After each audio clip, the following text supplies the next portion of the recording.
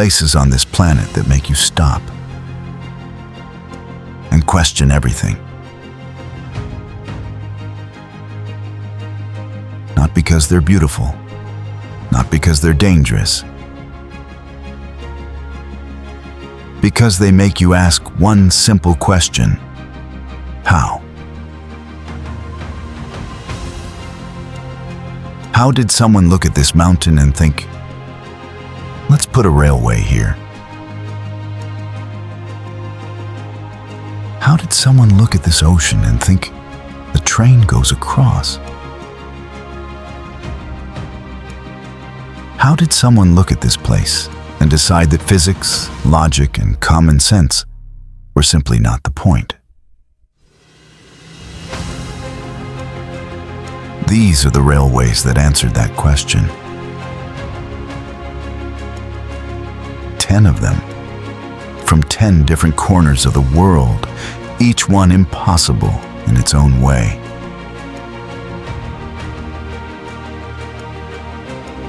In the Altai region of western Siberia, close to the border with Kazakhstan, there is a lake that turns pink every summer. Not pale pink, not slightly rose. Bright, vivid, shocking pink. The color of bubble gum. The color of something that simply does not belong in the middle of Siberia. Lake Burlinskoye. A salt lake so dense it rivals the Dead Sea in its saltiest months.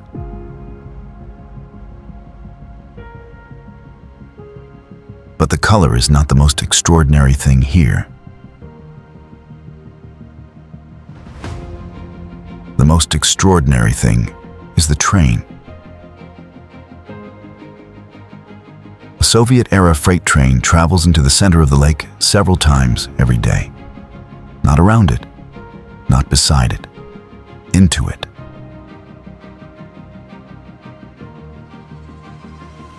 The tracks were built during Soviet times, directly across the lake bed. The rails sit just centimeters above the water surface. In summer, when the pink is at its deepest, the train appears to float. A rusty, industrial Soviet locomotive gliding across an alien pink sea.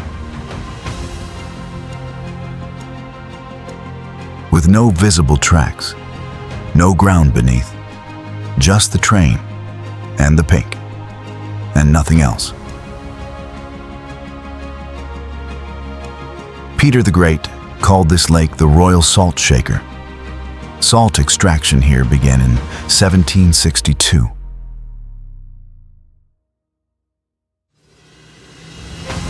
The railway came later, built by the Soviets to reach the richest deposits at the center of the lake.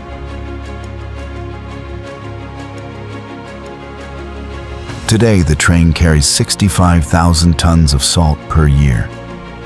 It is a working freight operation.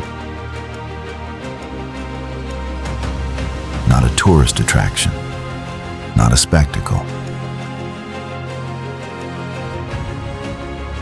It just happens to be one of the most visually extraordinary things on Earth. A working salt train on a pink lake in Siberia.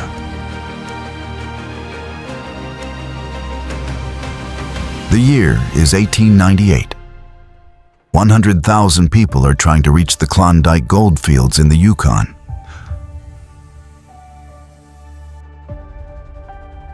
The only way through, the White Pass.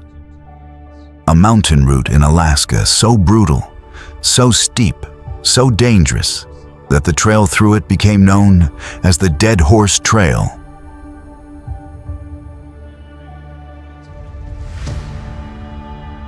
Because of the 3,000 horses that died on it. Falling off cliffs, drowning in mud, collapsing under loads too heavy to carry.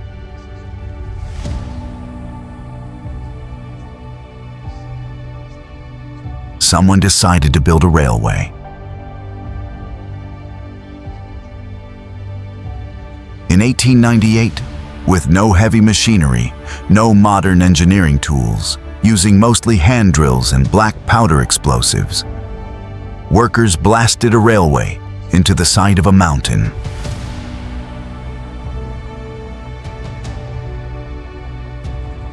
"35 months, 35 miles of track, through sheer granite cliffs, over gorges hundreds of meters deep. At angles that seemed physically impossible for a railway to operate. The White Pass and Yukon route opened in 1900.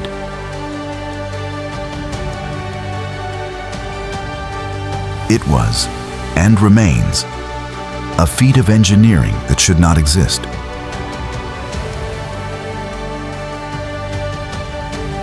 The track clings to cliff faces with nothing below, just rock.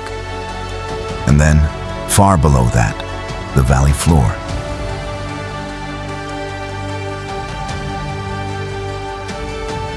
The gold rush ended.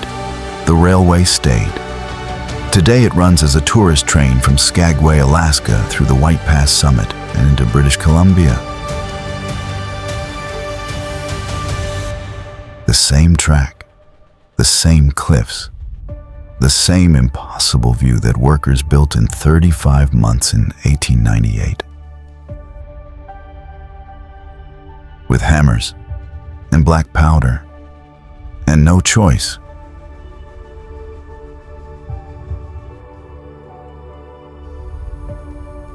"415 kilometers through the jungle of Thailand and Burma. Built in 16 months by 180,000 laborers, of whom 100,000 died. Building it, the Death Railway. The Burma Railway, built by Imperial Japan during World War II, using Allied prisoners of war and Asian laborers as forced labor.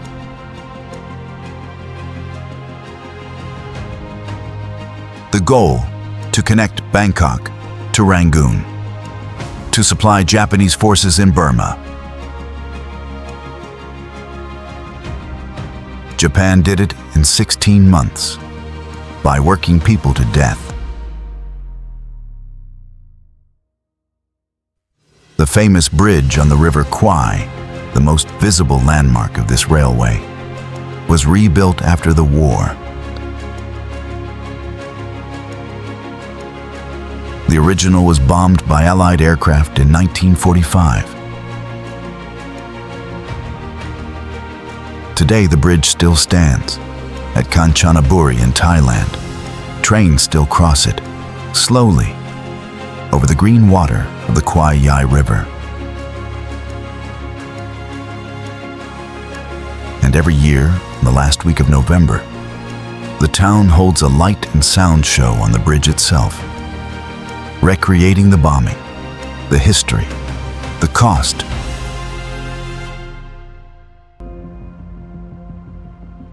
"100,000 people died building this railway. Many are buried in the war cemeteries of Kanchanaburi, row upon row of white headstones, beside the river, beside the bridge, beside the railway they built.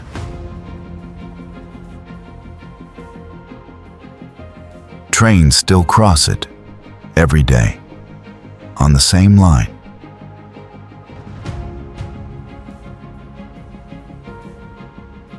The engineers looked at the mountain and said it couldn't be done.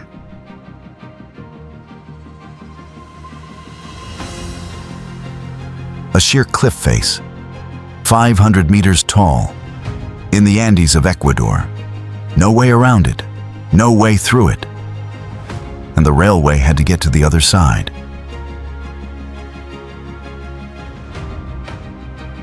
The solution, a zigzag. The train goes up to a cliff, stops, reverses up a section of track cut into the rock face, stops again, then goes forward again, now higher, then reverses again, forward again. 5 reversals to climb 500 meters of vertical mountain face.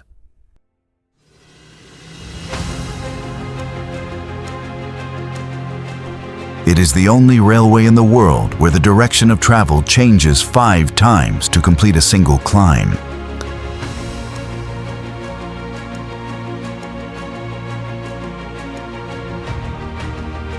The railway opened in 1908, built by a North American company at the request of Ecuador's president, who wanted to connect the coast to the Andes.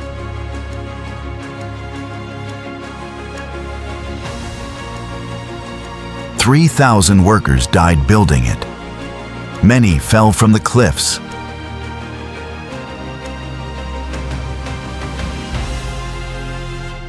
The section through the Devil's Nose was considered one of the most dangerous construction projects in the history of engineering.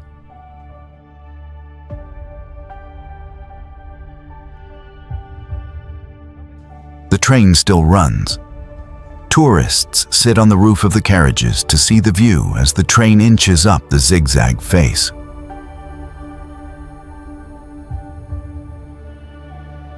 Because from the roof, you can see everything.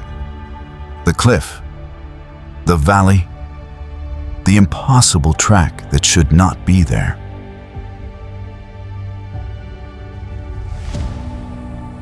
There is a moment, about 2 minutes long, when the train from Mandapam to Ramaswaram Island is over nothing.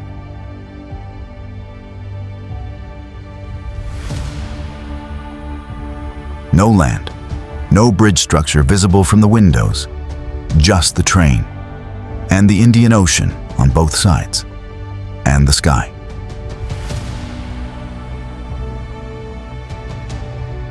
The Pamban Bridge, 2,065 meters long. Built in 1914, the first sea bridge in India.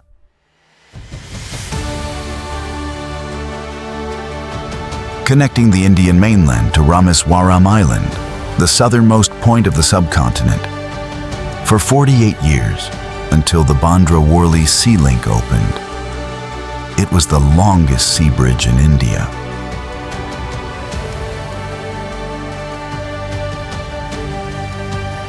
The bridge sits very low over the water. The train crosses at eye level with the ocean surface. In monsoon season, the waves reach almost to the level of the tracks.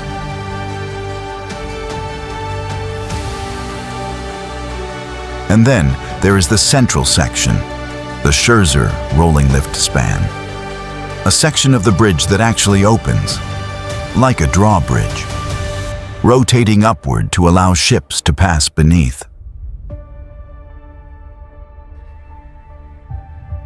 The bridge was nearly destroyed in 1964. A cyclone killed over 1,800 people and swept a passenger train into the sea.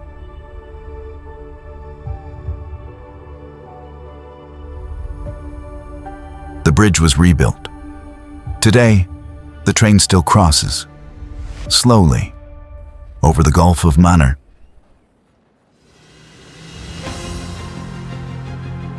"2 minutes where the train is on water, and the ocean goes to every horizon."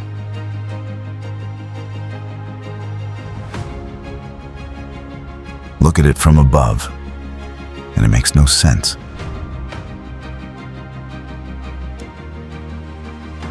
A train on a viaduct that forms a complete circle, 360 degrees. The train enters from one direction, spirals around, and exits going the opposite direction, but on a lower level.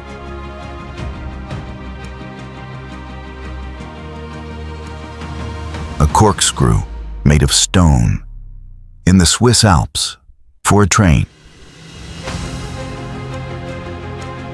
The Brusio spiral viaduct, built in 1908, was the solution to an engineering problem that seemed to have no solution.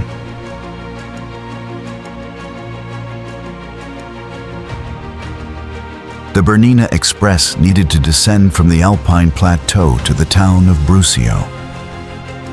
But the gradient was too steep for a conventional train. A tunnel was too expensive. Switchbacks would take too long.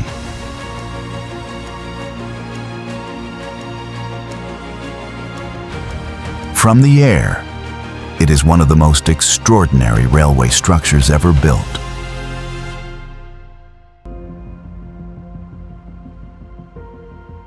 The red train of the Bernina Express appears to chase its own tail.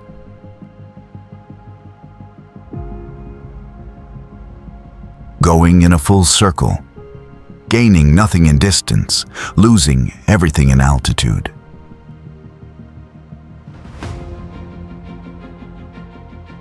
The Bernina Express itself runs from Chur in Switzerland to Tirano in Italy. Over the Bernina Pass, at 2,253 meters, the highest railway crossing in the Alps.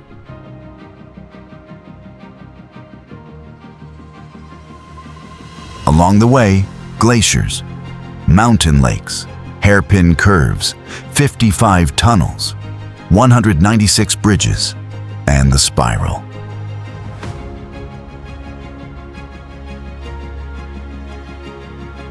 The train that makes a full circle in the mountains of Switzerland, because there was simply no other way down.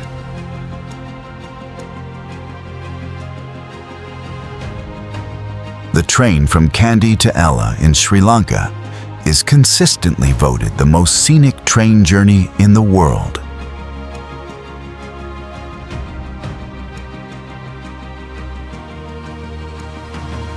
By people who have taken it, and also by people who have watched the videos.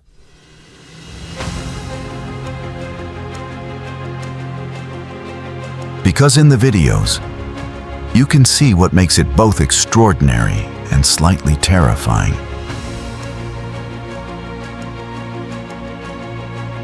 The train rides along the edge of mountains, not near the edge, on the edge.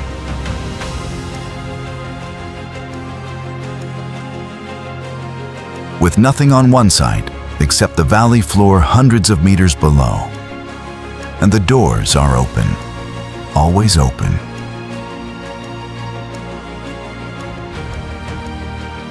There are no doors on these carriages, just open doorways.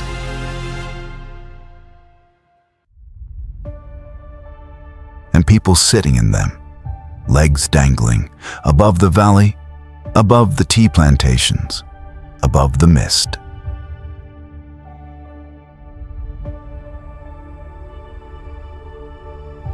Through tunnels cut through mountains, over bridges crossing gorges and waterfalls.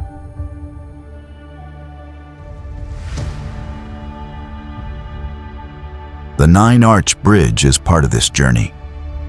A 9-span stone viaduct built in 1921 without a single piece of steel, only brick, stone, and cement, by workers whose steel supplies were cut off by World War I.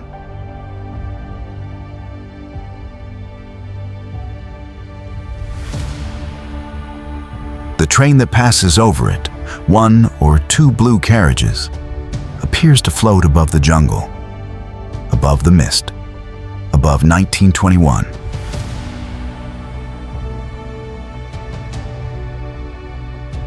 "6 hours, tea plantations, open doors, dangling legs, and a stone bridge that should not exist in a jungle that should not be this green."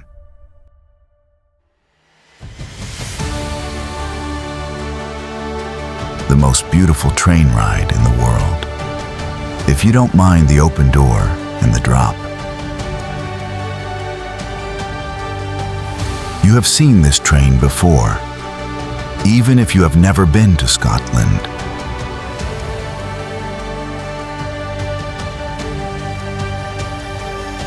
Even if you have never watched a train video in your life, because this train is the Hogwarts Express.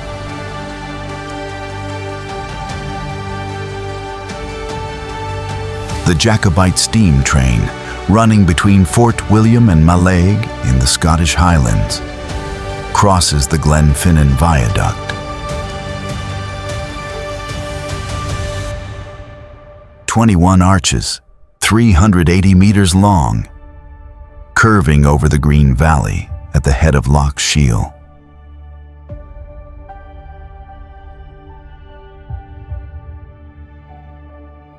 When the Harry Potter films needed a railway that looked impossibly, perfectly cinematic, they came here.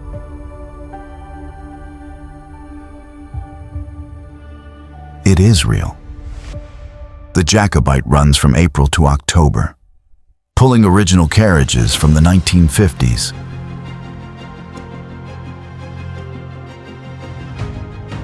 A coal-burning locomotive, real steam, real smoke, rolling through the Scottish Highlands past lochs and mountains and moorland that looked like they were designed for a fairy tale.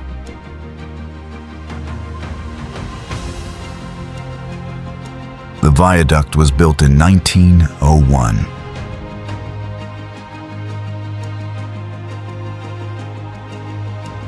Entirely of concrete, the first major concrete viaduct in Britain. The engineer who chose concrete over stone was considered eccentric. He was right.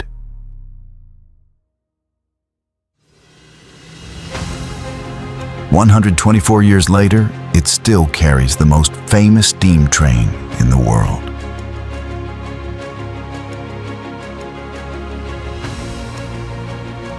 When the steam appears from behind the trees, when the locomotive pulls into the curve of the viaduct, when the smoke drifts over the loch below, everyone goes quiet.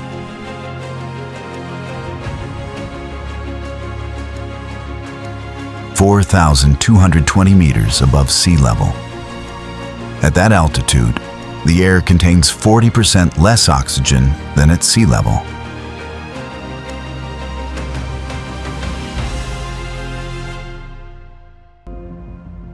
Altitude sickness is not a risk.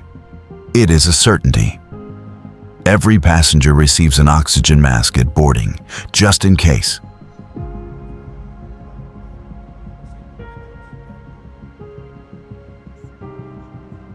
Because the train is going up, all the way up, into the clouds.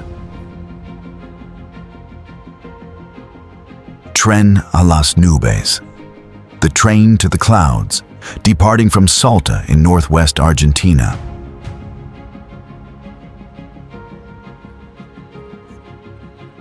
Climbing through the Andes for 16 hours, through 29 bridges, 21 tunnels, 13 viaducts, 2 zigzags, 2 spirals.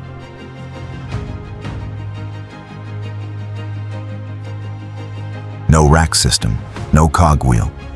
Just a conventional train climbing gradients that conventional trains are not supposed to climb.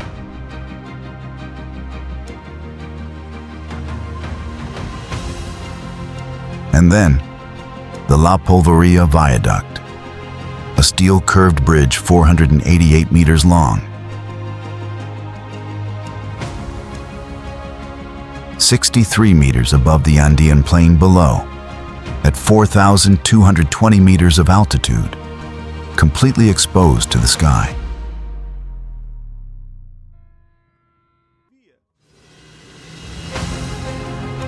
Passengers press against the windows, or stand on the open platforms between carriages, wind, thin air, sky.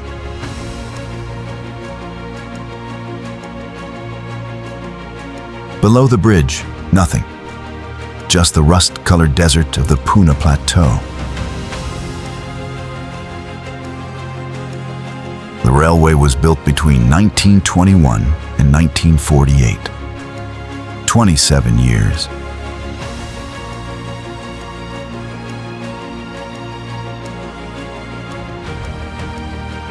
Through terrain that defeated every conventional engineering solution, the zigzags and spirals were not artistic choices. They were the only way to gain altitude without exceeding the maximum gradient a train can physically climb.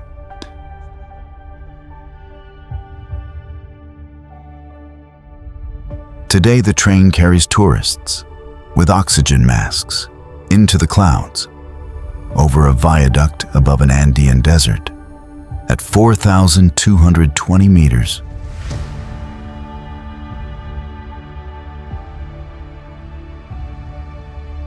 Eight times a day, a horn sounds at Maeklong Market in Samut Songkhram, Thailand.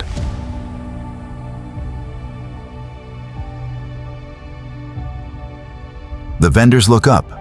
They grab their awnings, pull them back, fold in their umbrellas, slide their produce back 6 inches from the track.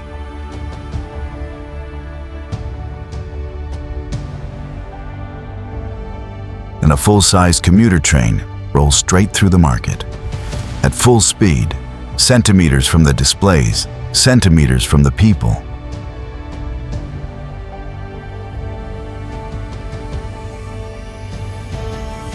Then it passes. The horn sounds again. The umbrellas go back up.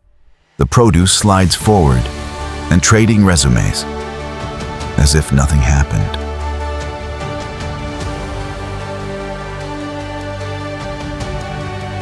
The Maeklong Railway has run through this market since 1905. The market was here first. Then came the train, and the vendors simply adapted.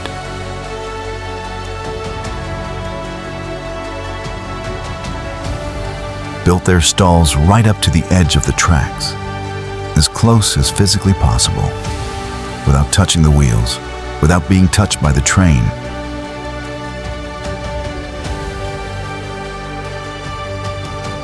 Eight times a day, every day, for over 100 years. Fresh fish, vegetables, chilies, herbs, displayed on tables the train passes close enough to brush. The vendors don't flinch, don't panic, don't rush. They fold the umbrellas, they slide the tomatoes. They wait.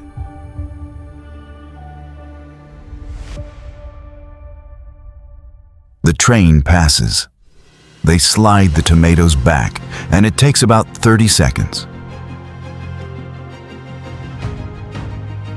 30 seconds, 8 times a day, since 1905. No drama, no panic, just the most extraordinary, ordinary thing that happens anywhere on Earth. Every day.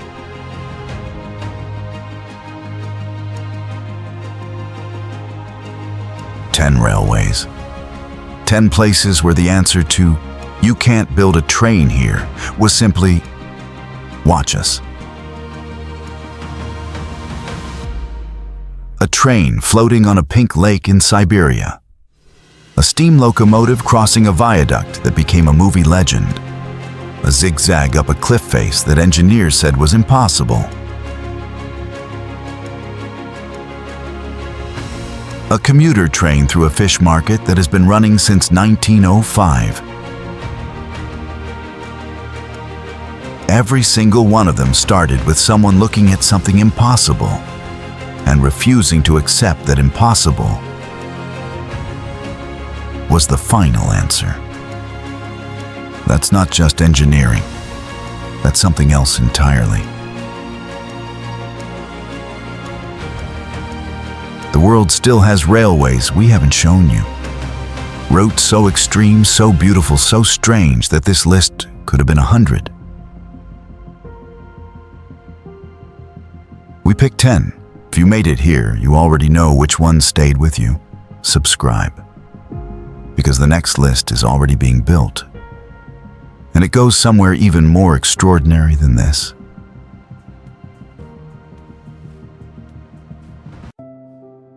Ethiopia is not a destination, it is a confrontation. This is the country where the first human beings walked upright, where in 1974, farmers digging a well in the Afar region unearthed the bones of a woman who lived 3.2 million years ago. She was named Lucy, Ethiopia is the only country in Africa that was never colonized. It converted to Christianity in the 4th century, making it one of the first nations on Earth to adopt the religion, centuries before most of Europe. It has 9 UNESCO World Heritage Sites. It has a volcano with a permanent lava lake that has been burning for over 100 years. It has a geological depression so hot that the ground surface regularly exceeds 70 degrees Celsius. It has tribes that have had no meaningful contact with the outside world for thousands of years. It has a city where 11 churches were carved out of solid volcanic rock, not built on top of it, but carved downward into it, by hand, with hammers and chisels, 800 years ago. And somewhere in that city, locked in a small chapel guarded by a single monk who never leaves, is what millions of people believe to be the Ark of the Covenant. 10 places, 1 country, let's go. The Danakil Depression in northern Ethiopia is the hottest inhabited place on Earth. Not the hottest on a summer afternoon, but the hottest on average, year-round. The official recorded average annual temperature at Dalol, located within the depression, is 34.6 degrees Celsius, a record set between 1960 and 1966 that has never been beaten. In summer, surface temperatures exceed 50 degrees.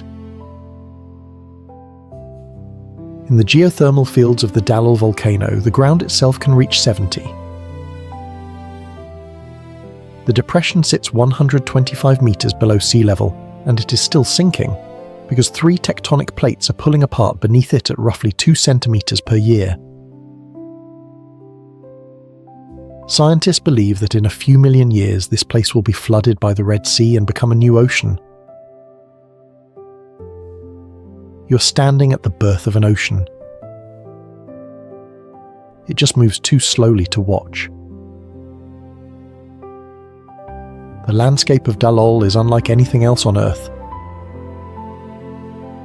Sulfur springs, acid pools of neon yellow and green, crystalline mineral formations that look like coral grown in acid, all of it shimmering in temperatures that would kill an unprotected person within hours. The colours come from specific combinations of iron, sulfur, copper and chlorine reacting with superheated brine. Some of these pools have a pH close to 0, among the most acidic environments recorded anywhere.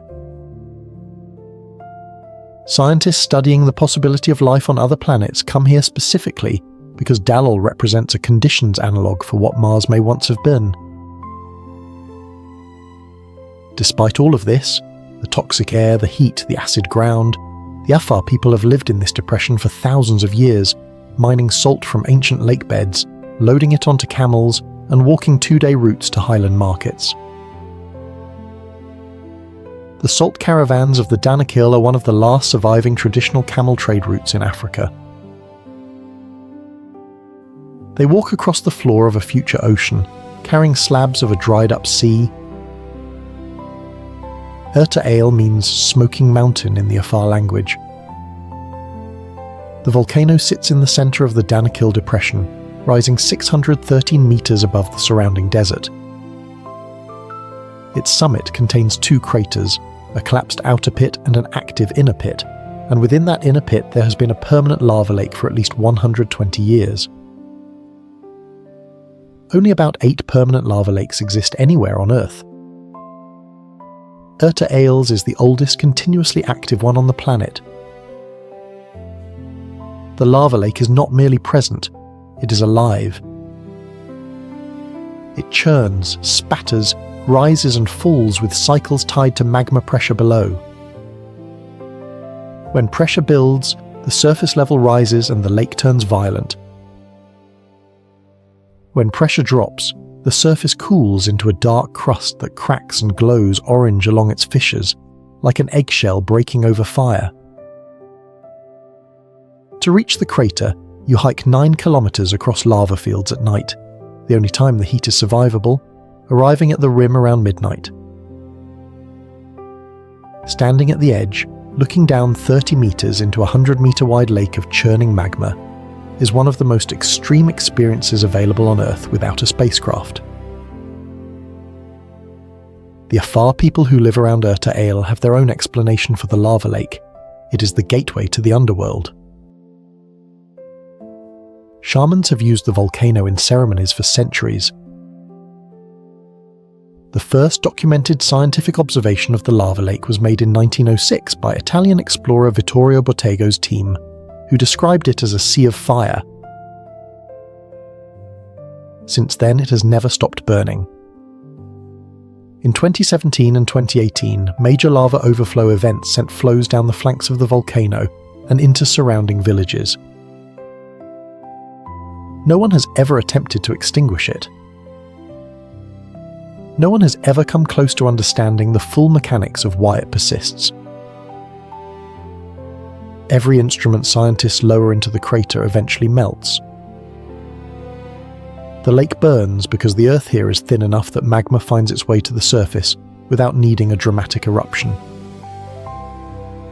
It simply seeps upward and stays. Erta Ale is not a disaster. It is the normal state of a planet whose interior is still 3 times hotter than the surface of the sun.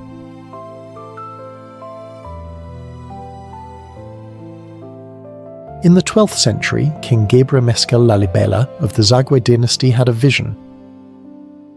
Since Muslim conquests had made pilgrimages to Jerusalem impossible for Ethiopian Christians, he would build a new Jerusalem in Ethiopia. He did not build it upward. He built it downward. Working from the top of the rock surface down, his craftsmen carved 11 complete churches directly into the solid, red volcanic scoria of the Ethiopian highland.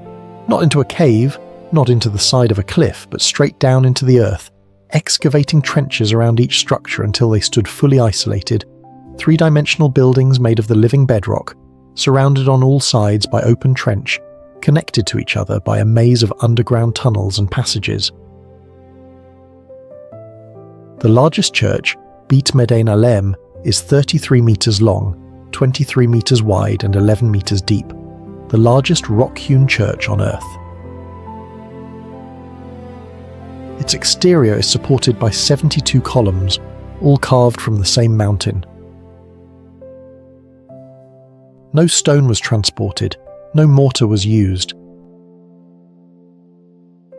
Everything you see was once solid rock, removed by hand, chip by chip, with tools no more advanced than hammers and chisels.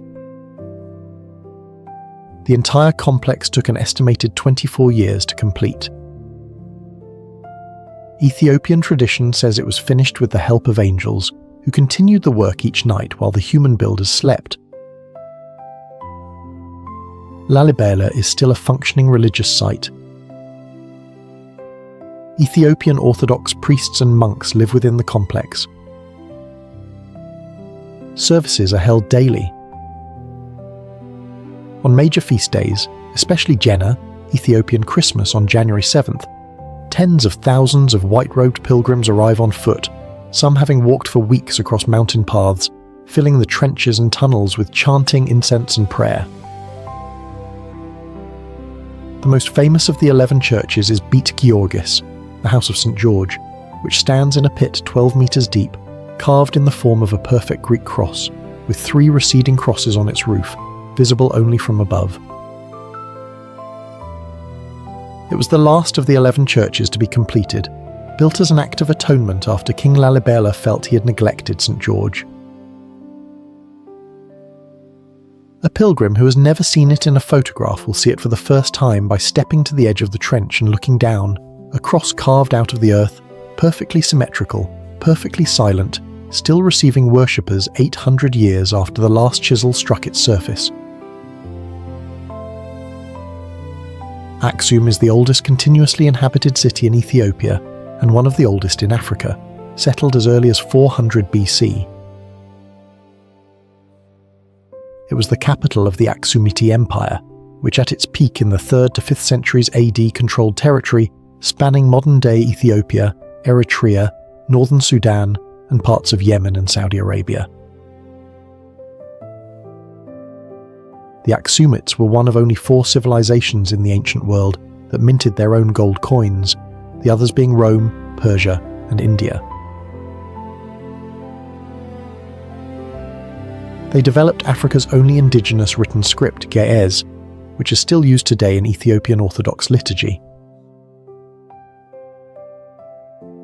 They were trading with Rome, India, Egypt, and Arabia when most of sub-Saharan Africa was unknown to the ancient world. The most visible evidence of their power is the Stele Park, a field of giant monolithic obelisks, some over 23 meters tall, weighing up to 160 tons, carved from single blocks of granite into the form of multi-story buildings, complete with mock doors and false windows, and erected as funerary markers for Aksumite kings.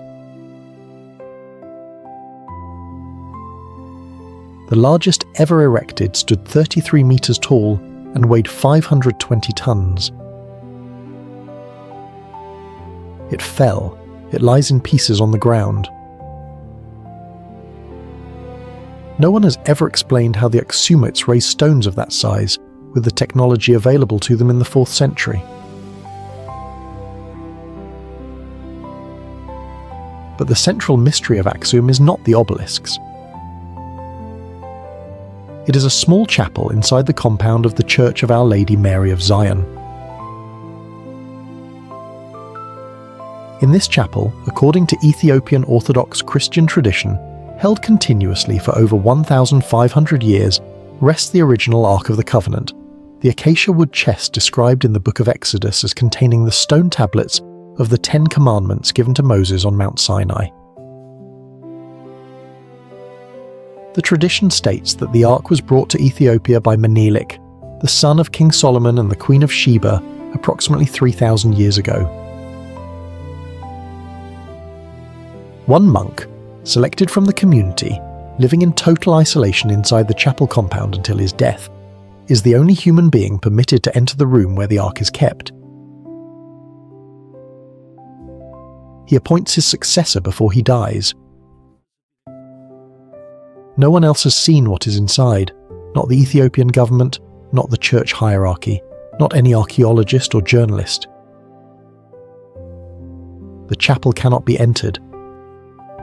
The claim cannot be verified, and it cannot be dismissed, because the Ethiopian Orthodox Church has maintained this tradition without interruption for 1,500 years, and their theological certainty about what is in that room has never wavered by a single word.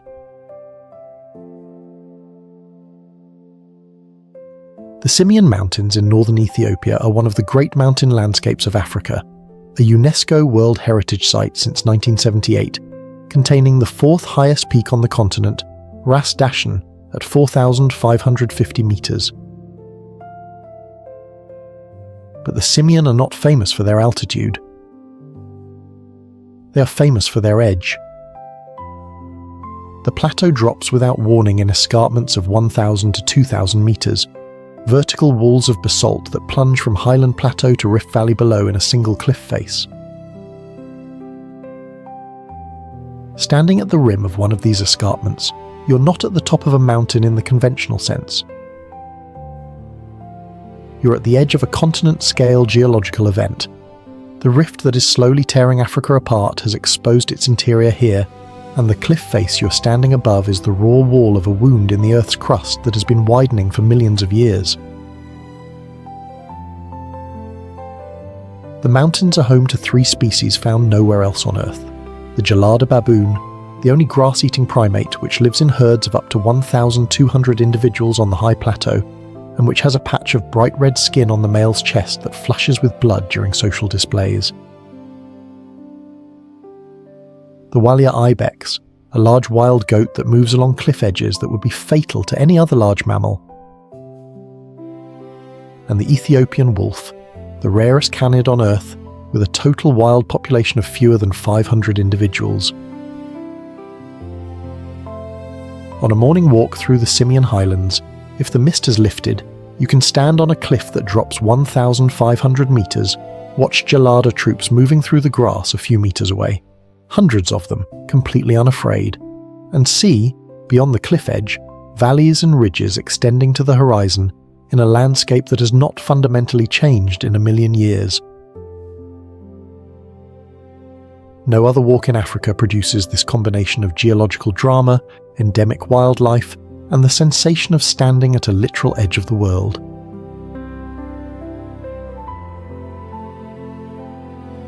Gondar was the capital of Ethiopia from 1636 to 1855, the longest-serving capital in the country's recorded history. It was founded by Emperor Fasilides, who chose a hilltop site in the Northern Highlands and began building what would become the royal enclosure, a walled compound containing 6 full castles, palaces, libraries, and ceremonial buildings constructed over 3 successive reigns in a style that fuses Ethiopian, Portuguese, Indian and Moorish architectural influences into something completely unlike any other African capital.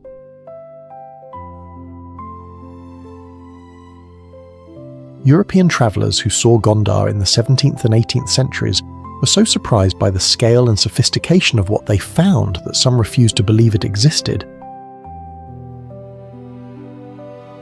British explorers who arrived later called it the Camelot of Africa. UNESCO designated it a World Heritage Site in 1979.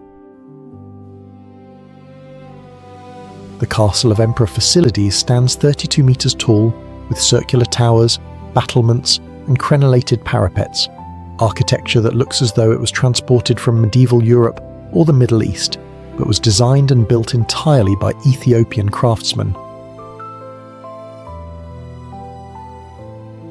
Across the complex, a ceremonial bath built by Fasilides, a large rectangular pool surrounded by a 2-story building, is used once a year during Timkat, the Ethiopian Epiphany celebration, when the replica Ark of the Covenant from the nearby cathedral is carried in procession and immersed in the water, and thousands of white-robed pilgrims jump in after it.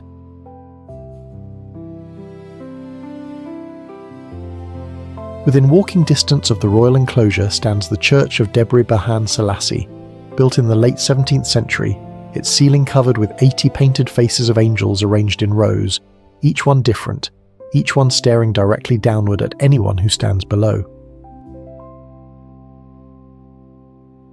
The painting has survived attempted destruction, multiple sieges, and 2 centuries of weather.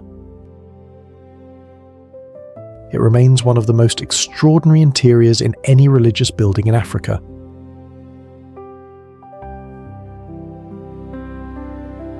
Lake Tana is the largest lake in Ethiopia and the source of the Blue Nile, the river that eventually joins the White Nile at Khartoum and flows north to form the Nile, the longest river in Africa. The Blue Nile contributes approximately 85% of the water and 95% of the silt that reaches Egypt and the Mediterranean. The great fertility of ancient Egypt, the agricultural base that made the pyramid civilization possible, was built on sediment that originated here in the Ethiopian highlands, washed into Lake Tana by rain, carried south out of the lake, north through Sudan, and deposited annually across the Egyptian floodplain for thousands of years. The relationship between the Ethiopian highlands and Egyptian civilization is not metaphorical. It is geologically direct. Every grain of soil in the Nile Delta came from somewhere upstream. Much of it came from here. On the islands and peninsulas of Lake Tana, there are over 20 monasteries, some dating to the 14th century, accessible only by papyrus tankwar boat or modern wooden vessel. The monasteries contain manuscripts, crosses, crowns, and sacred objects of the Ethiopian Orthodox Church that have been accumulating for 7 centuries. During the Italian invasion of 1935, Ethiopian monks transported some of the most sacred royal artifacts, including crowns and ceremonial weapons of medieval emperors, by boat to island monasteries, hiding them from occupying forces. Class wonder. Imagine a shimmering water body. Many of those objects remain in the lake monasteries today, displayed with the casual reverence of objects so embedded in daily religious life that their preciousness has become ordinary. At the southern end of the lake, the Blue Nile exits through a gorge and within 30 kilometers drops over the Tisabay Falls, smoking water in Amharic, a 40-meter curtain of water, 400 meters wide at full flood, surrounded by dense forest and the smell of wet basalt. It is the source of the most important river system in Africa, falling over a cliff in a country that most of the world has never thought to visit.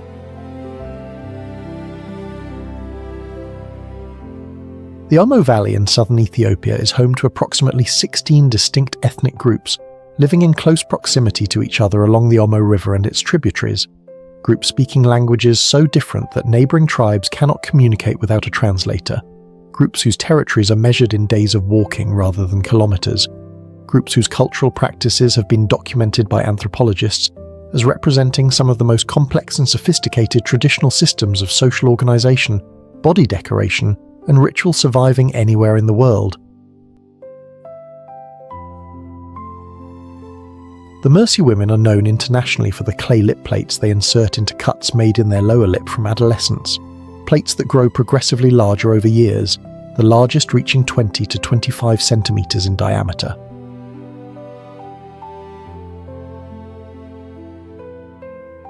The practice has been photographed more than almost any other cultural tradition in Africa, and it is still largely misunderstood. The plates are not primarily ornamental. They are a marker of status, marital eligibility, and group identity, a form of embodied social currency that the Mercy themselves have defended against external pressure to abandon for over 50 years. The Hema people practice bull jumping, a coming-of-age ritual in which a young man must run across the backs of a line of cattle to prove he is ready for marriage and the responsibilities of adult manhood.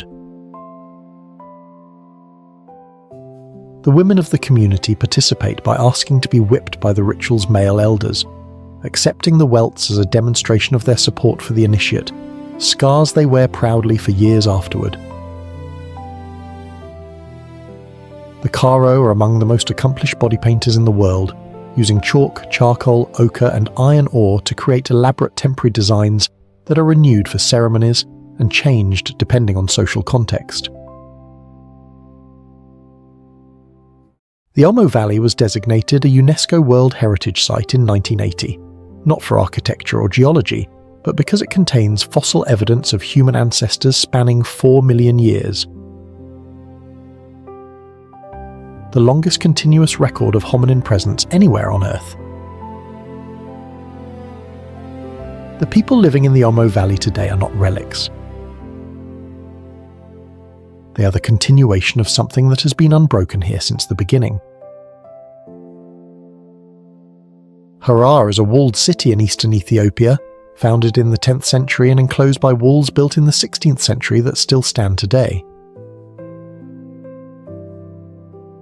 Within those walls live approximately 100,000 people in one of the most densely populated urban areas in Africa, a labyrinth of narrow lanes, whitewashed walls and 82 mosques in a city covering less than 1 square kilometre.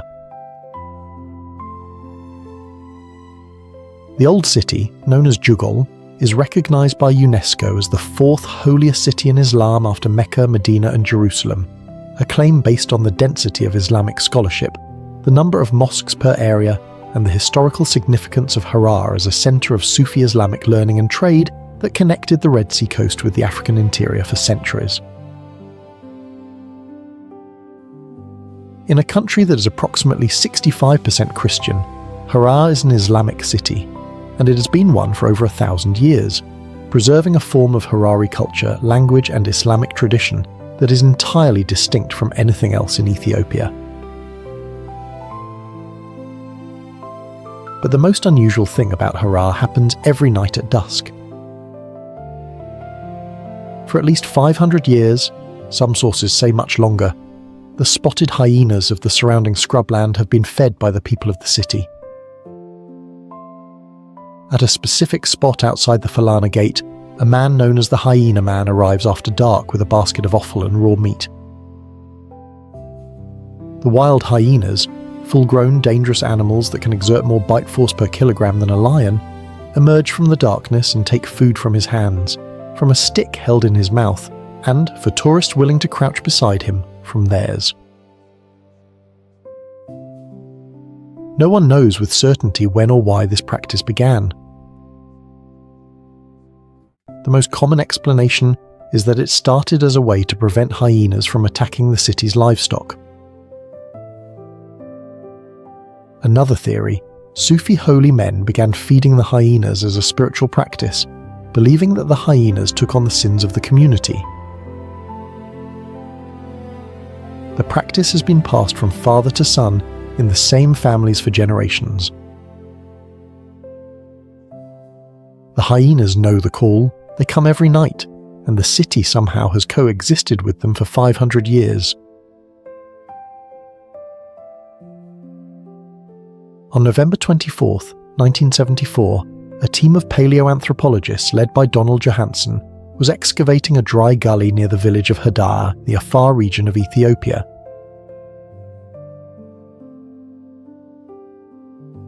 They found a fragment of arm bone, then a piece of skull. Then more fragments, 47 in total over the following weeks, representing 40% of a complete skeleton. The skeleton was female, bipedal. She had walked upright on 2 legs, and she was 3.2 million years old. She was named Lucy, after the Beatles' song Lucy in the Sky with Diamonds that was playing in camp the night of the discovery. Her species was named Australopithecus afarensis. She was not the first discovery of a pre-human ancestor, but she was the most complete, the most ancient, and the most significant in terms of what she proved, that our ancestors walked upright nearly 1 million years earlier than any previous evidence suggested, and that bipedalism, walking on 2 legs, predated the expansion of the human brain by millions of years. Lucy's skeleton is preserved in the National Museum in Addis Ababa, where it has been on permanent display since 1977. The site where she was found, Hadar, in the Afar Depression, has since yielded over 400 additional hominin fossils, making it the richest single source of early human ancestor remains ever discovered. 10 places, 1 country. The hottest ground on Earth. A lava lake that has been burning for over 100 years. 11 churches carved out of a mountain by hand. A city that may hold the Ark of the Covenant. Mountains where wolves with fewer than 500 survivors walk cliffs that would kill anything else. A walled Islamic city where hyenas are fed by hand every night. And the gully in the desert where the oldest human ancestor ever found was lying in the dirt, waiting to be discovered for 3 million years. Ethiopia does not try to impress you, it simply exists, older than any of your questions about it, stranger than any answer you'd prepared, and more important to the story of what humans are than any other place on the map. If you want to see more impossible places, subscribe. We have only just started.